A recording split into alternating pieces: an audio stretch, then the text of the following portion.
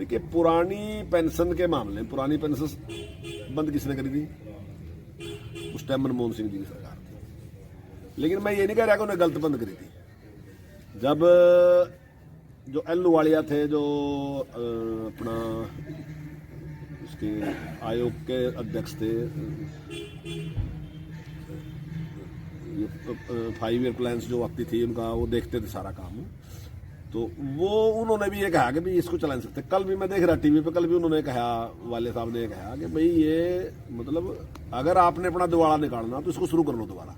ये ठीक है कि ये आज नहीं इसके दुष्परिणाम होंगे, लेकिन 10 साल के बाद इसके बहुत भयंकर परिणाम होंगे और इसको संभाल नहीं सकने, कोई भी स्टेट इसको दे नहीं सकने। तो ये विशेषज्ञों की राय यार, एक विशेषज्ञ नहीं, ये तो मैं इसलिए इसका नाम लिया क्योंकि ये मनमोहन सिंह जी की जब सरकार थी उसमें उनके सलाहकार थे, आर्थिक सलाहकार थे, इसलिए मैंने उनका नाम लिया। एक इनकी बात नहीं है, जितने भी विशेषज्ञ हैं जो आर्थिक मामलों के विशेषज्ञ हैं, मैं कोई विशेषज्ञ नहीं हूं, लेकिन जो आर्थिक मामलों के विशेषज्ञ हैं उन सब का यह कहना है कि ये जारी रखना संभव नहीं है, कोई भी प्रदेश को जारी नहीं रख सकता, सरकार के लिए संभव नहीं है। तो निर्णय हालांकि उस टाइम उन्हें लिया, लेकिन हमने भी उसको मानना है कि हाँ ये सही है। तो जो आज केवल, अगर आज कुछ लोग इस बात पे कह रहे हैं कि हम इसको दोबारा जारी करना चाहते हैं, तो केवल और केवल लालच है, इसलिए कि हमें वोट मिल जाए और किसी न किसी तरीके से सत्ता थिया ली जाए, और इसके अलावा कुछ नहीं। अब जनता इस बात को समझ रही। तपस्वी क्या है, पुजारी क्या है, क्या तपस्वी बढ़ना चाहे, क्या पुजारी बढ़ना चाहे। देखिए, आर्थिक नीतियां हैं, उनके ऊपर बोलोगे भाई आप ये गलत कर रहे हैं, कहीं हमारी कमी बताओगे भाई यहाँ आप गलत है, या उसमें कुछ सुझाव दोगे अगर हम होते तो हम इसको ऐसे कर देते हैं। अब ये तपस्वी पुजारी, अब किसकी समझ में है? आपकी समझ में आ रहा है, आप मुझे समझा दो क्या कहना चाह रहे हो। तो क्या कंफ्यूज व्यक्ति है बिल्कुल, कोई मतलब मैं नहीं समझता कि कोई इतनी लंबी यात्रा के बावजूद भी कोई मैसेज वो पूरे देश में छोड़ नहीं सके। सर उसने इसकी होगी तो इस पे आपकी क्या प्रतिक्रिया? देखिए, तो दावा करना ही पड़ेगा उसको, अगर ये दावा नहीं करेगा तो फिर किस लिए घूम रहा। तो आखिर कोई भी आदमी जो चुनाव लड़ता है, कोई भी पार्टी है, वो हमेशा सभी दावा यही करते हैं कि अगली सरकार हमारी होगी। वो बात दूसरी है कि चाहे सीटें उतनी आए या उससे कम आए, कुछ भी हो, लेकिन कहना तो यही पड़ेगा ना जी। कोई भी पार्टी है वो यही कहेगी कि भाई हमारी सरकार होगी।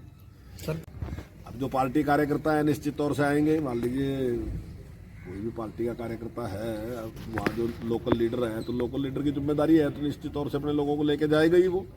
तो भीड़ तो होगी। ऐसा नहीं है कि कांग्रेस का कोई आधार नहीं है हरियाणा में।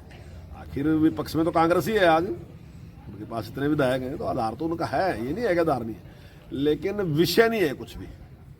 सर देखिए, राशि अभी भी 20 लाख ही है, राशि में कोई कमी नहीं की गई।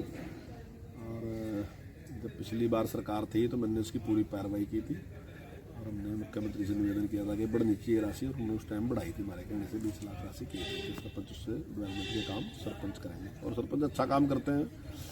मैंने पूरी पैरवाई भी की। हमारे सरपंच बहुत बढ़िया काम करते हैं और जल्दी काम करते हैं।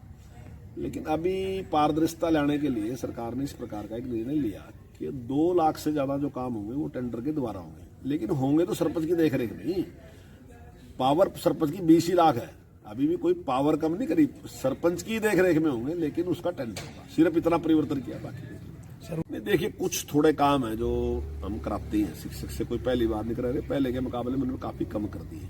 ऐसा हम कम करते जा रहे हैं उनको, लेकिन क्योंकि टीचर वर्ग बहुत बड़ा वर्ग है, और कई काम ऐसे होते हैं जो एकदम जैसे करने होते हैं तो उतने लोग हमारे पास उपलब्ध नहीं होते, और न ही उस प्रकार के एक्सपर्ट होते हैं, और न ही उतने उपलब्ध भी होते हैं। तो कोई आज नहीं शुरू हुआ, पहले से ही चलता ही रहा, धीरे धीरे इसको हम आहिस्ता आहिस्ता कम करते जा रहे हैं, Aahista Aahista step by step कम कर रहे हैं।